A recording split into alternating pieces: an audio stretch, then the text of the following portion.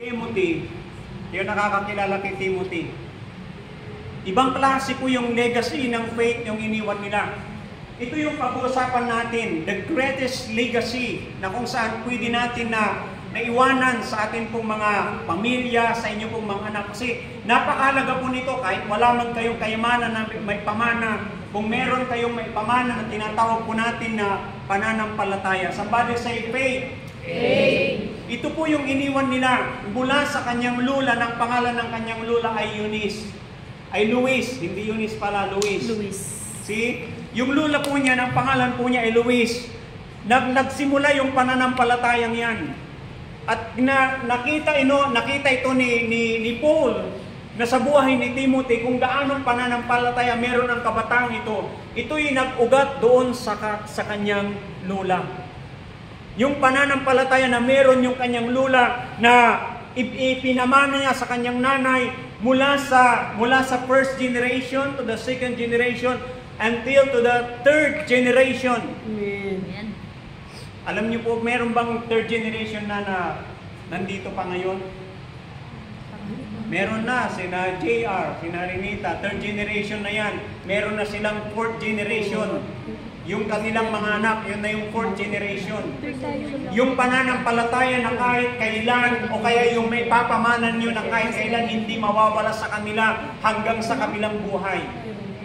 See, yan yung pinakamahalagang pamana. Kung iniisip mo na kung saan wala kang kayamanan na may papamana sa kanila, ito yung napakalaking kayamanan na pwede mong ipamana sa iyong anak, yung pananampalatayang yan. Amen.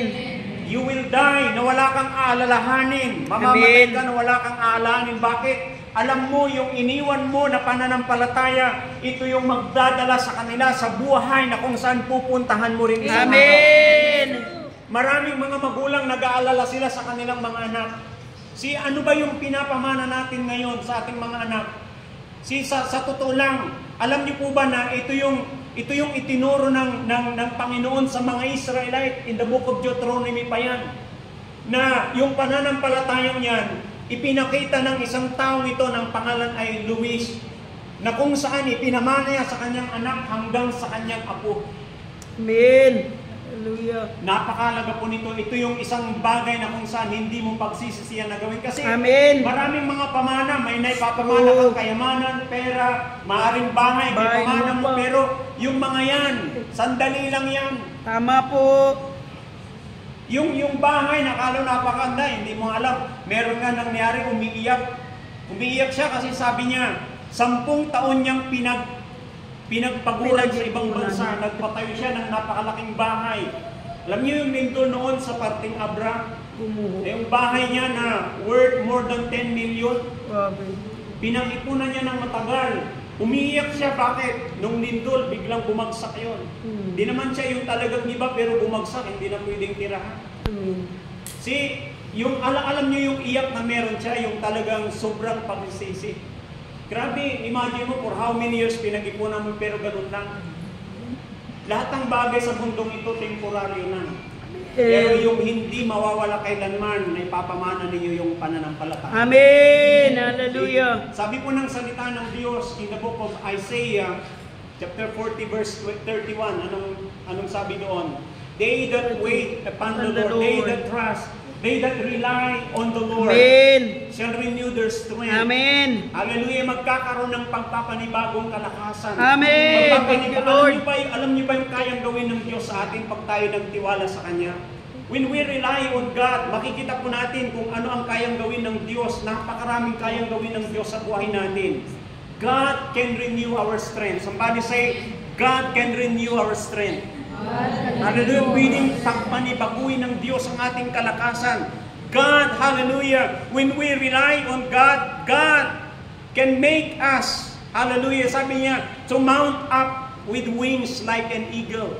Amen. Hallelujah, ibig sabihin po, ang kayang gawin ng Diyos, pwede tayo na kung saan i-accelerate ng Panginoon. How the eagles can fly. Hallelujah, alam niyo ba yung agila, nagsusor siya. The moment na kung saan merong mga bagyo na kung saan pinagdadaanan ng agila, mas lalo siyang tumataas ang kanyang lipad. Amen. Hallelujah. They can soar up high. Hallelujah. Hallelujah. yung anumang pagdaanan natin sa buhay, alam ng Diyos yung mga taong nagtitiwala sa Kanya. Amen, amen. Reliance on God, hallelujah, will make you run faster. Glory. Alam niyo ba yung nangyari kay Elijah? Hallelujah, nung time na kung saan ang Panginoon magpapadala ng ulan, sabi ni Elijah, magmadali ka, sabi niya kay, sino yun yung hari nung time na yun? Si Ahab.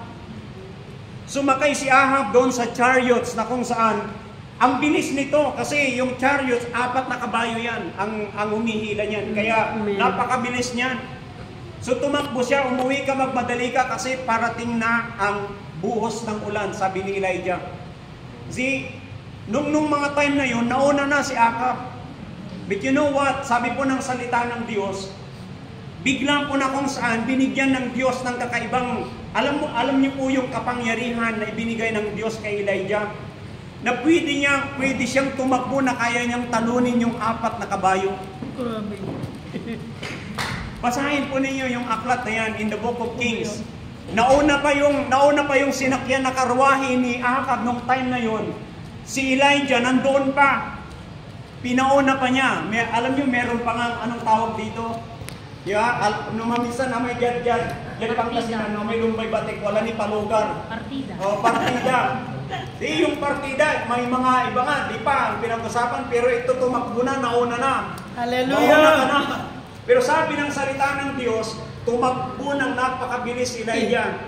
Inunahan pa niya si Haring Ahab bago makarating si Ahab sa yung gate na yan na kung saan doon sa kanyang kaharian.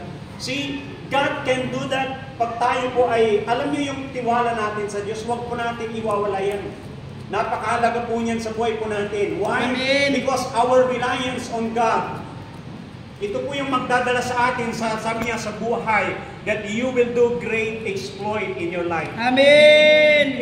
This is found in the book of Daniel. Nasabi po ng salita ng Diyos kay Daniel. During those times na si Daniel, nandun sila sa land of captivity.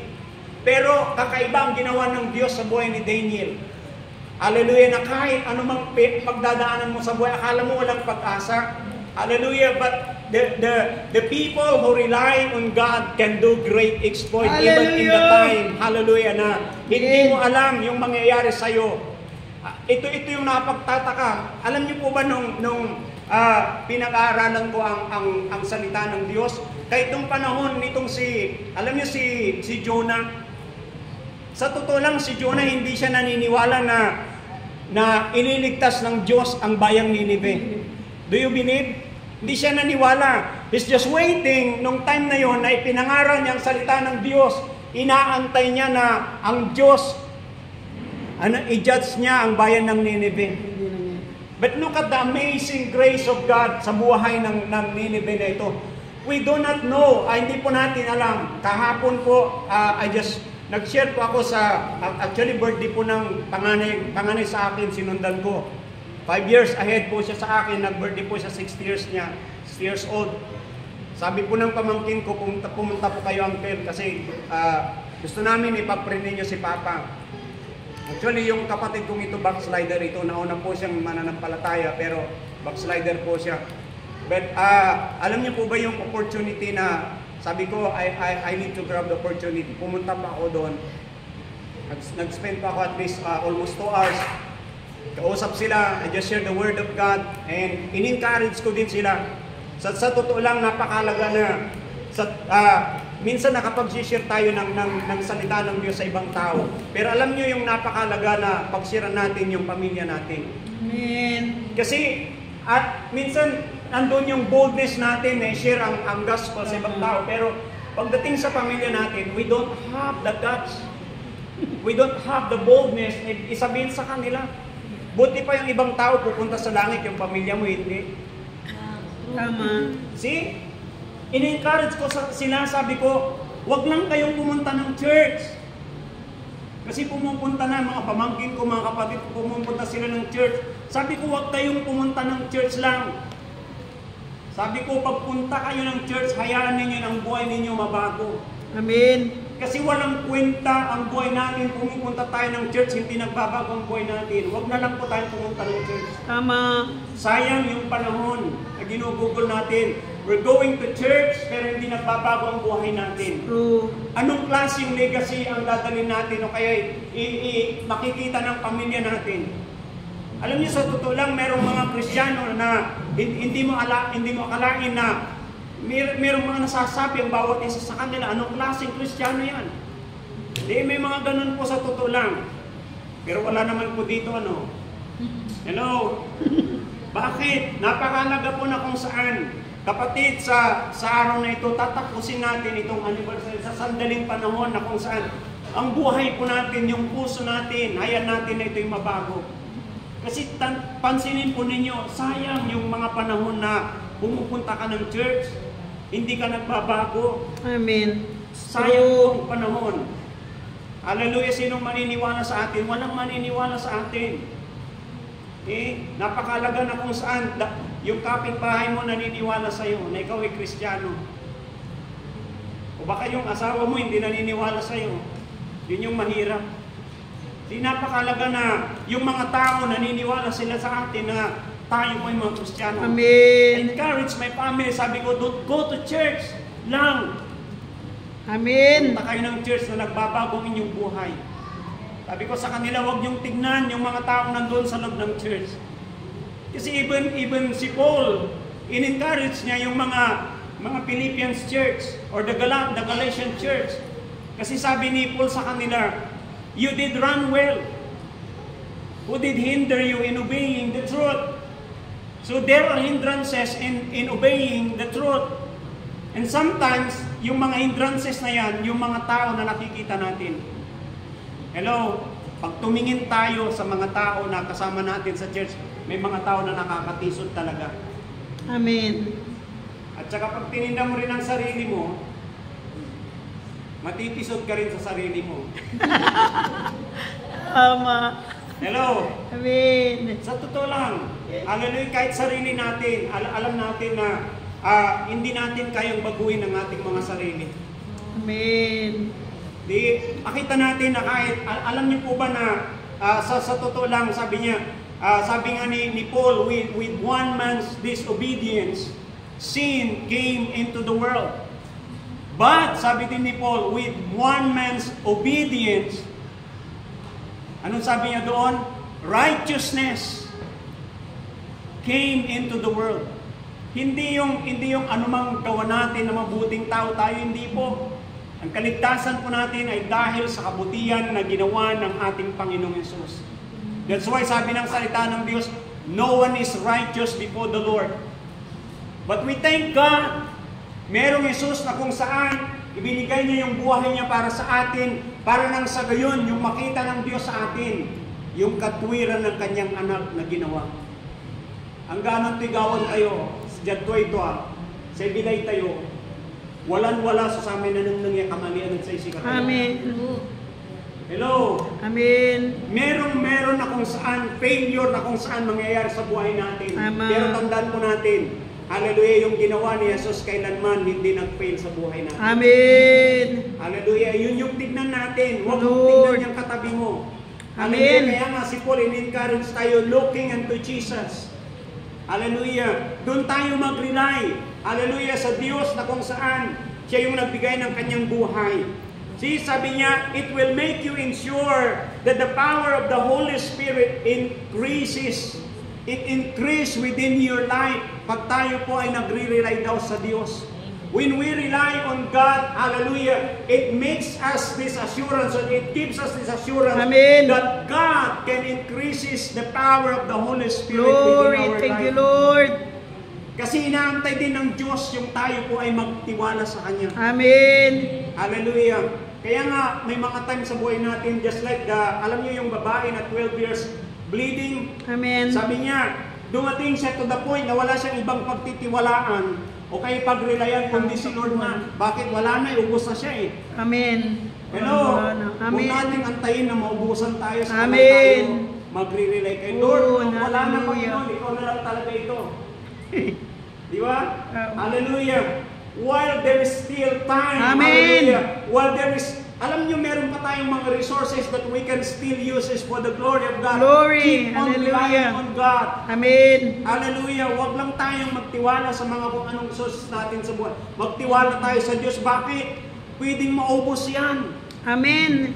Hello? true. Yung resources mo, pwedeng maubos yan. That's true. Hallelujah, hindi mo alam na kung saan minsan may mga tao na tiwalang-tiwala sila na ang laki ng kanilang sahod. Alam niyo, sa totoo lang, merong tao na kung saan nagsusweldo po siya 1 milyon kada buwan. Ang laki ng kanyang sahod. 1 million isang buwan yan. So in 1 year, meron siya at least 12 million. Sabihin mo nang malinis niya, kung gagastusin niya yung 4 million, meron siyang 8 million kada taon. Diba?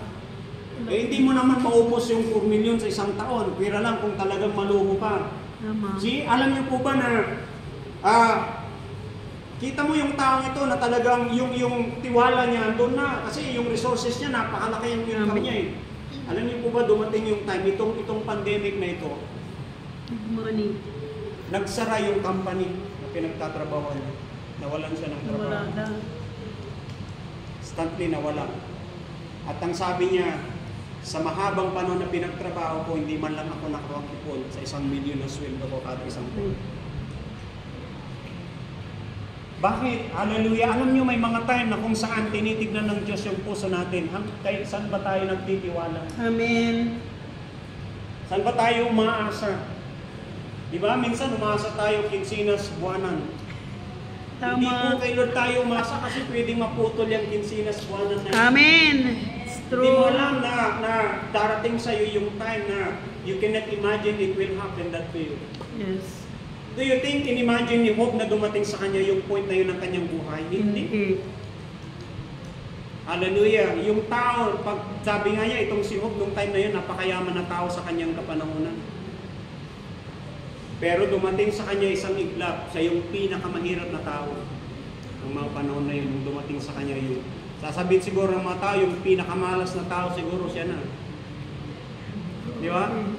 Hallelujah. Dati maswerte siya. Amen. Oh.